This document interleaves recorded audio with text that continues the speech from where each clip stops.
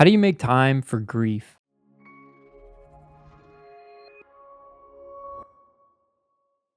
Hey guys, this is Brad from probateresource.com. I'm going to do something a little different today. We're not going to talk about real estate stuff at all. We're going to talk about something that obviously everyone going through the probate process is dealing with, which is how do you deal with grief?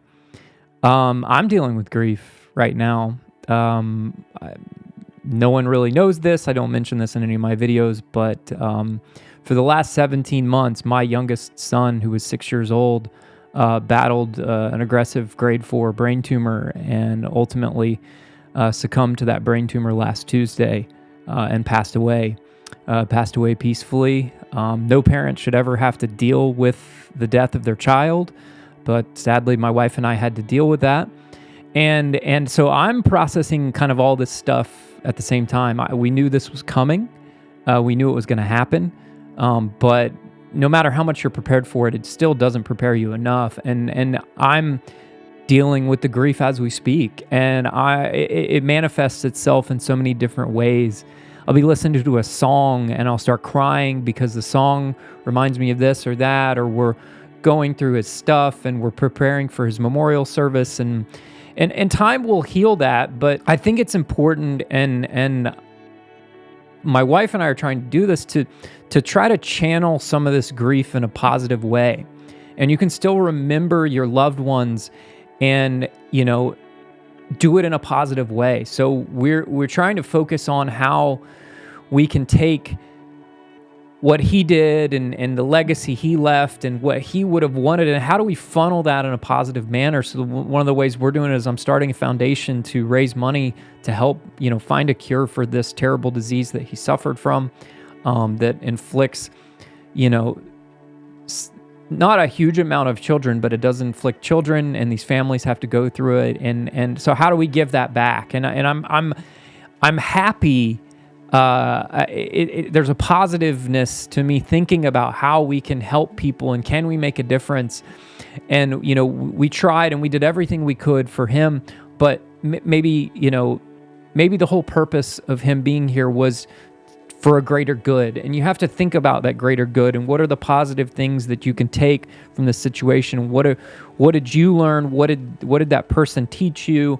And how do you fulfill and carry on their legacy and help them or help other people get through life? And what did you learn from that person, and how can you help that person? So maybe there were certain things that person did that they would have done in a heartbeat. How do you continue that? And I think the positiveness helps deal with the grief a little bit.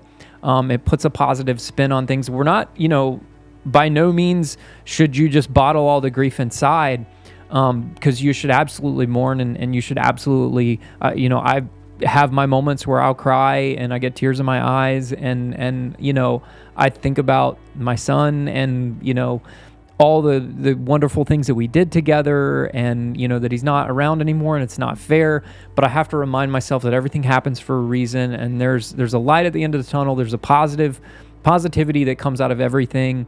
And how do we focus on the positivity and not dwell on the negative? I still, I would recommend everyone sit down with a therapist, whether that's a session, 2 sessions, 3, 4, 5, 6, 7, 8, 9, 10, for the rest of your life. Whatever it takes, you need to talk to someone professional about this.